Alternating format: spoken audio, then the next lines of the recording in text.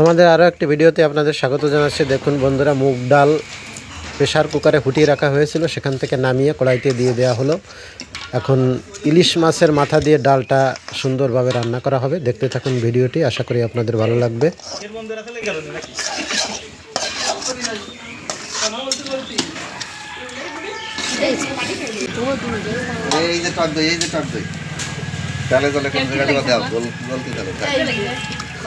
তো ওই রকম কেন টক দই তো এরকম শক্ত রান্নাটা এরকম।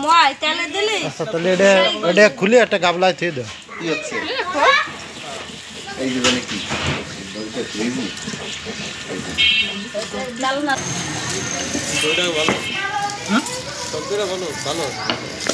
আর একখান মনে কি দই কি আরও একটি আইটেম চিংড়ি মাছের মালাইকারি তৈরি করা হবে। সেটা টক দই দিয়ে লবণ মশলা দিয়ে ভালো করে ম্যারিনেট করে রাখা হচ্ছে। দেখুন বন্ধুরা, বেশ বড় বড় সাইজের চিংড়ি মাছ। এই রেসিপিটাও আশা করি আপনাদের সঙ্গে শেয়ার করব, আপনারা দেখতে থাকুন। এখন ডাল রান্নাটা সম্পূর্ণ দেখাবো। আবার ফিরে যাই ডাল রান্নার কাছে।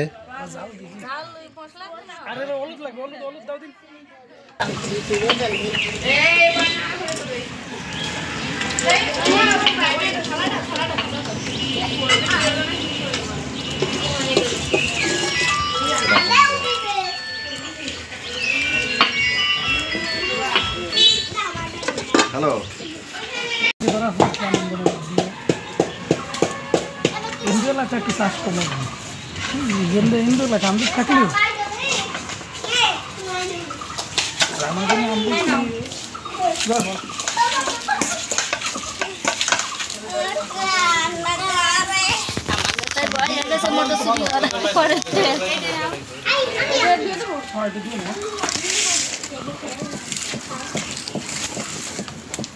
ওই যে ঝাল বাটা হবে না,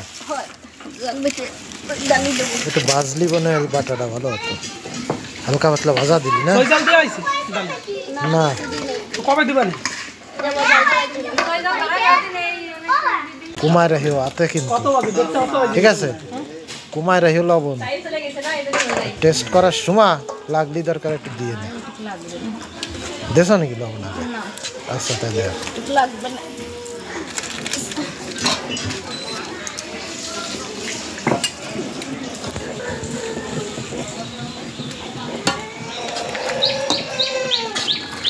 কি অবস্থা?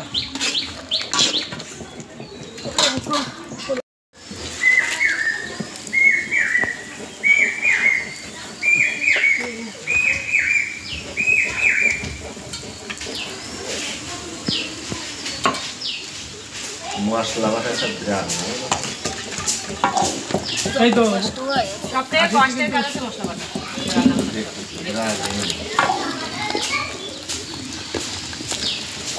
দেবো নাকি?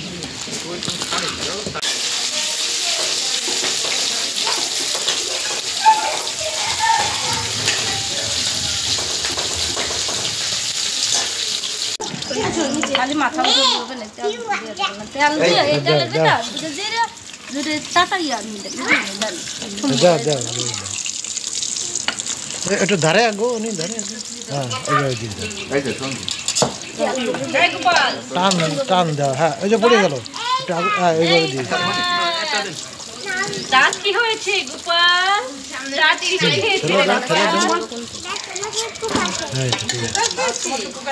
তেল কেটে আলাদা নাই ঠুকি দিলছে ওইটুকু ওইটুকুই হবে না। এই যে তেজপাতা, এই যে দিদি দ্বারা দেন যা যা লাগবে নামাবো কিছু। গাবলা সে বড় সব গাবলা কর গাবলা নিয়ে এসে দিই শুনছি।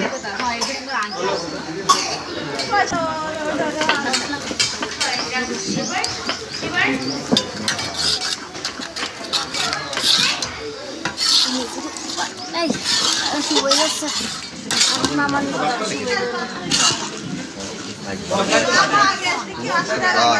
করে বসো দিলেই বলি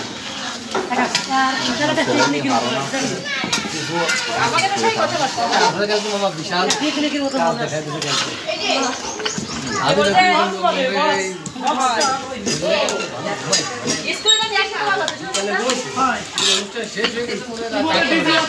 আমার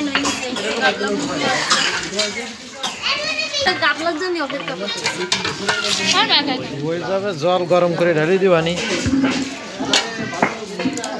বেলা শুরু হয়েছে